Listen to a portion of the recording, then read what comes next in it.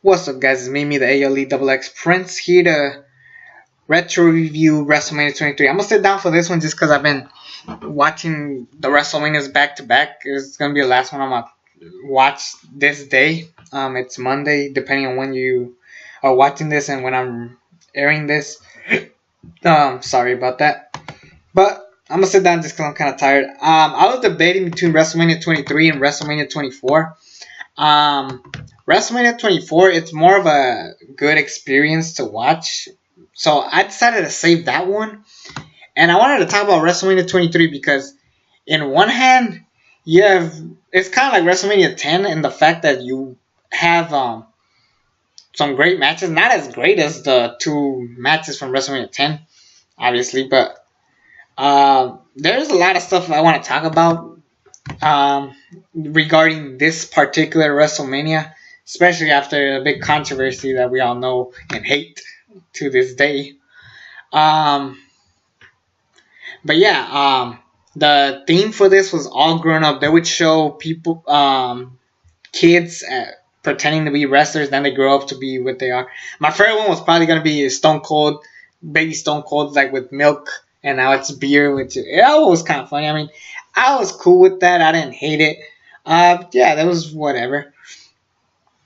We kick off the show with Money in a Bank, which honestly, Money in a Bank needs to come back at WrestleMania. That way, you have a lot of mid carders that you have nothing to do with, and do something with them. Now we just try to make a bunch of filler shit, and then we try to put so much in WrestleMania, which sucks.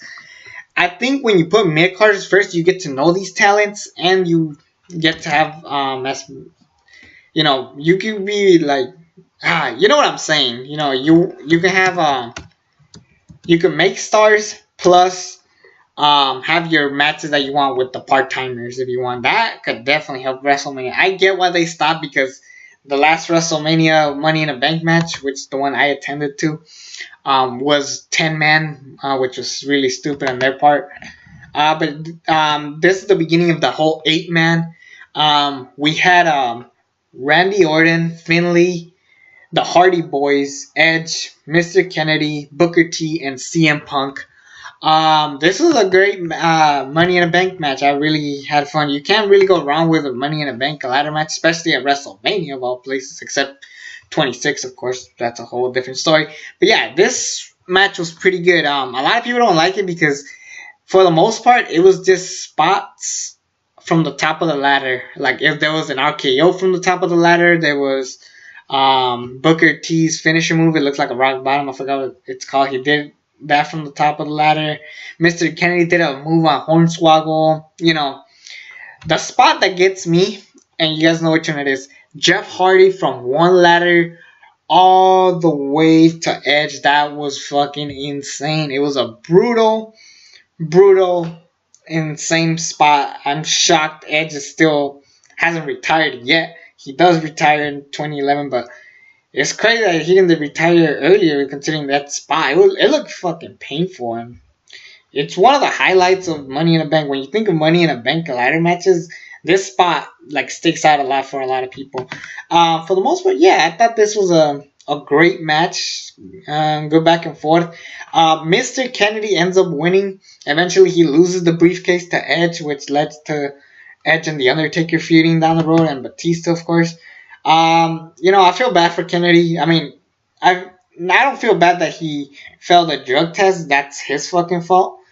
But it's just like, damn, you had so much potential with this guy. This guy had charisma. He had ability. He didn't do that many flippy moves. He just kind of did his own kind of style that WWE loves, which I don't know. I just feel bad. And they were originally gonna give him the illegitimate son angle, which was gonna lead to WrestleMania 24 Triple H versus Mr. Kennedy. That was gonna happen.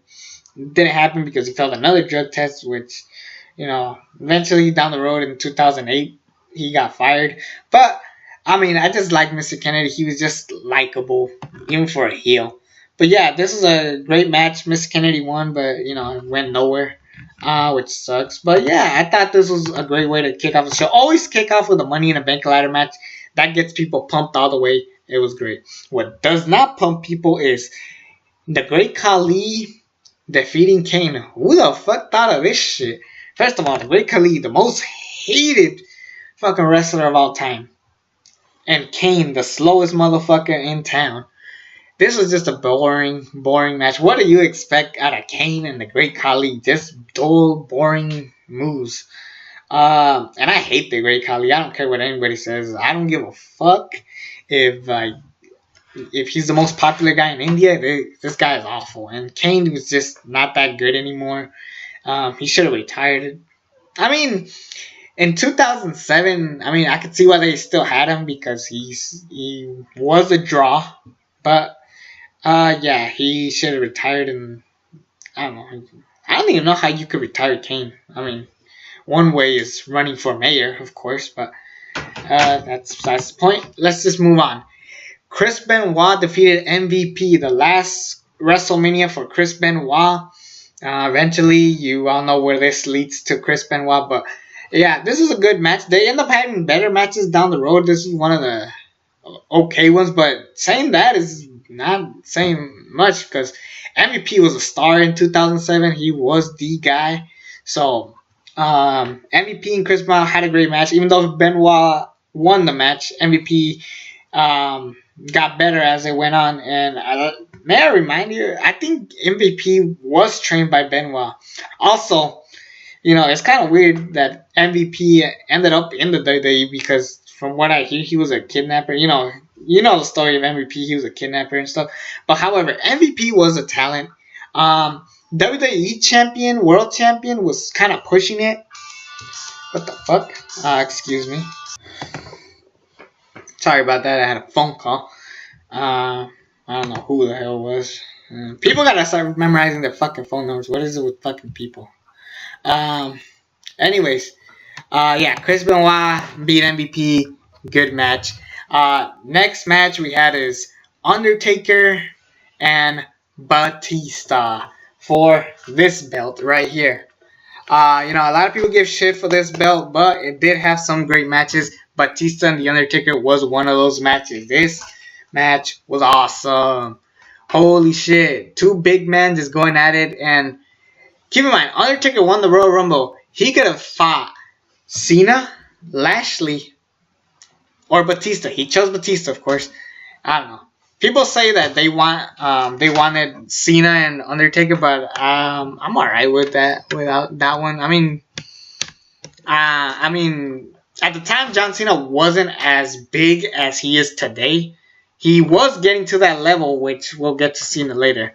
But yeah, Taker and Batista. This was just a really awesome match. Undertaker wins this belt, of course. Yeah, this was great. Batista and Undertaker just had great chemistry.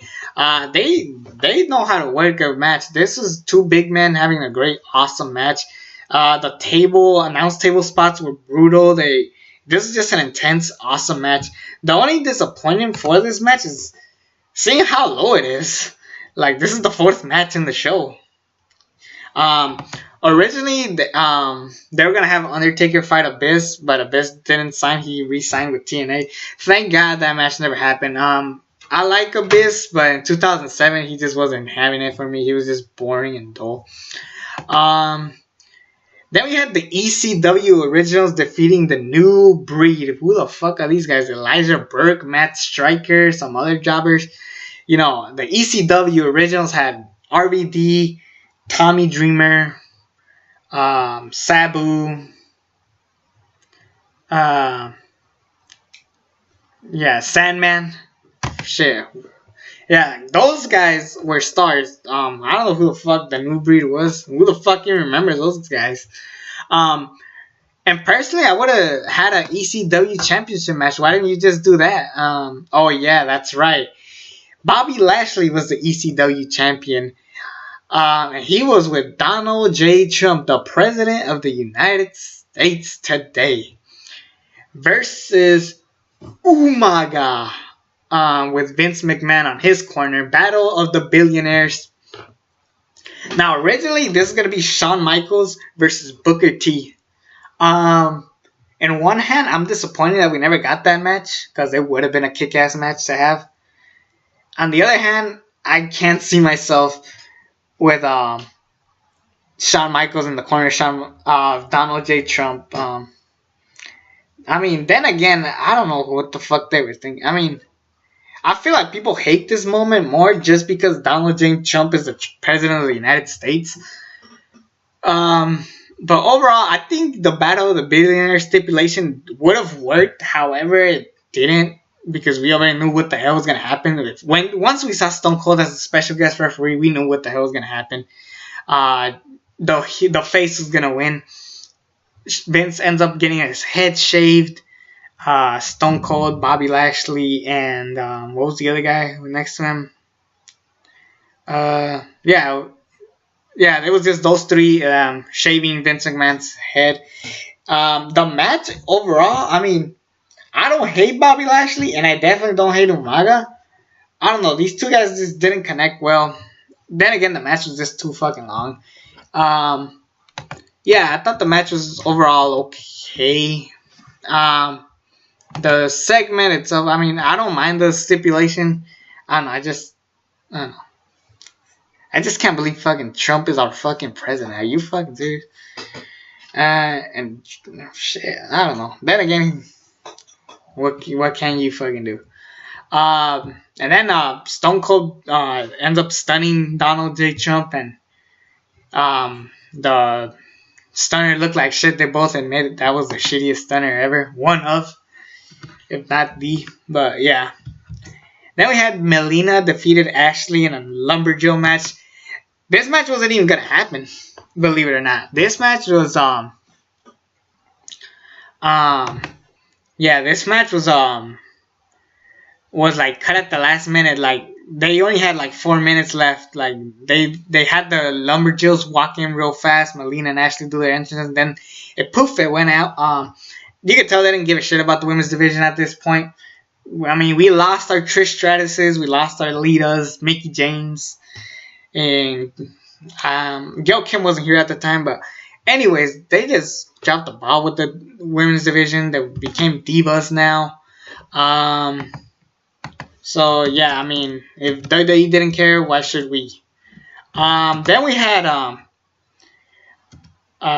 John Cena defending the WWE Championship against Shawn Michaels.